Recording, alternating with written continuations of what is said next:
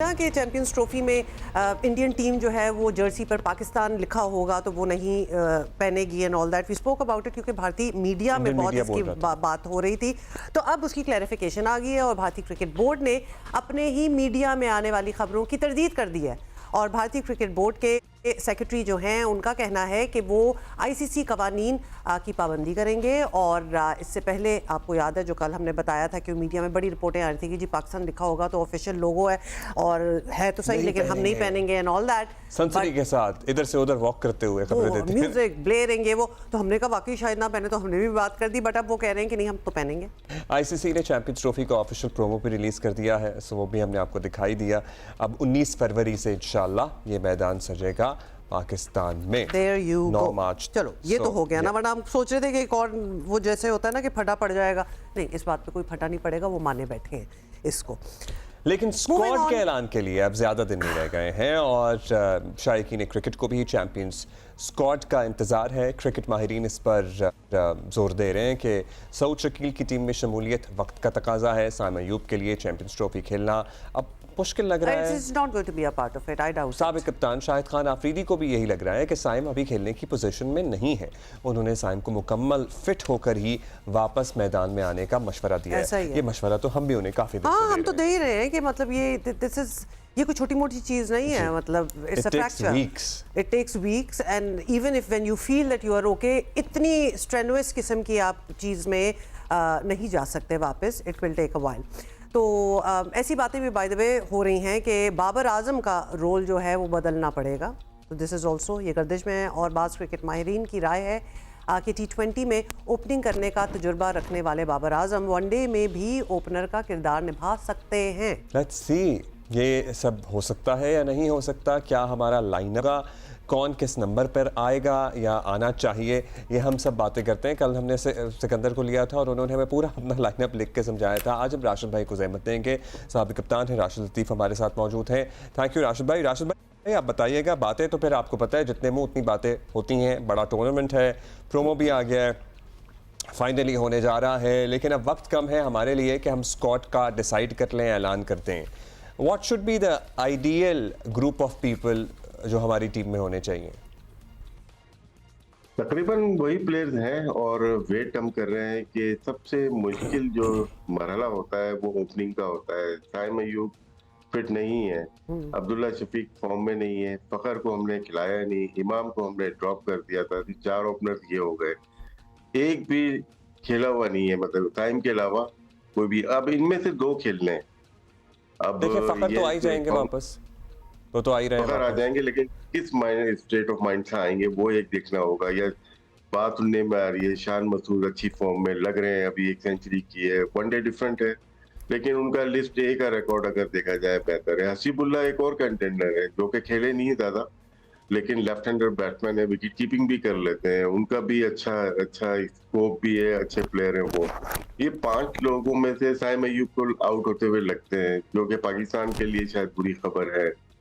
उसके अलावा स्पिनर्स का है कि सबसे मुश्किल जो बॉलिंग है वो स्पिनर्स के लिए होती है सब कॉन्टिनेंट में, जहाँ पे दायरा सिस्टम जो 5 फील्डर दायरे में आ जाते हैं उसकी वजह से क्रिकेट बहुत लिमिटेड हो गई बॉलर्स के लिए, और वो हर जगह ही मार खाते हैं। पार्ट टाइम तो बड़ा मुश्किल हो जाता है पार्ट टाइम के लिए, और जो सही बॉलर होते हैं लाइक शादाब खान, मेरे ख्याल से शादाब खान का आईसीसी के प्रोमो में शायद झलक देखी थी मैंने। अगर उनकी झलक है तो वो टीम में भी होंगे, लगता है ऐसे ही है। हमें भी यही लग रहा है, क्योंकि हम भी अभी यही देख रहे थे कि अगर उनको डाल दिया है प्रोमो में तो फिर सलमान अली आगा का क्या होगा, वो रोल तो वो प्ले कर रहे हैं। हो सकता है कि वो टीम में हो। बाकी फास्ट बॉलर में जो नई डेवलपमेंट नजर आ रही है, बात आफरीदी का नाम भी चल रहा है कि वो आ सकते हैं।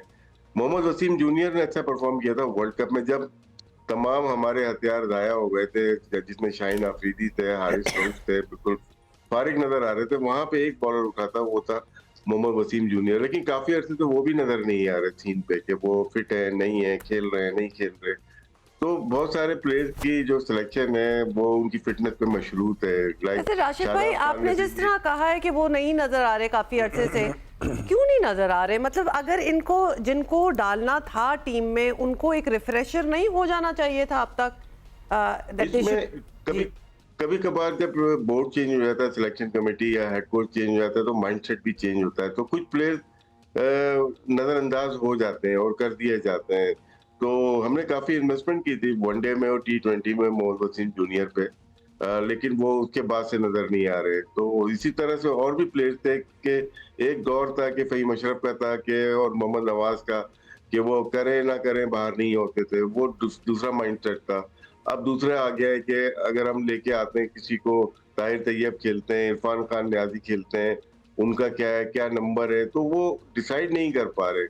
तो शादाब खान का जहां तक लगा है प्रोमो में, और अगर वो फिट है, फिट देखें एक ही मैच खेले वो चैंपियंस कप का, अगर फिट है तो वो निचले नंबर पे खेलते हुए नजर आते हैं तकरीबन आगा, सलमान अली आगा के बाद, क्योंकि स्पिनर की जरूरत है और बैटिंग भी पाकिस्तान को बढ़ानी पड़ेगी।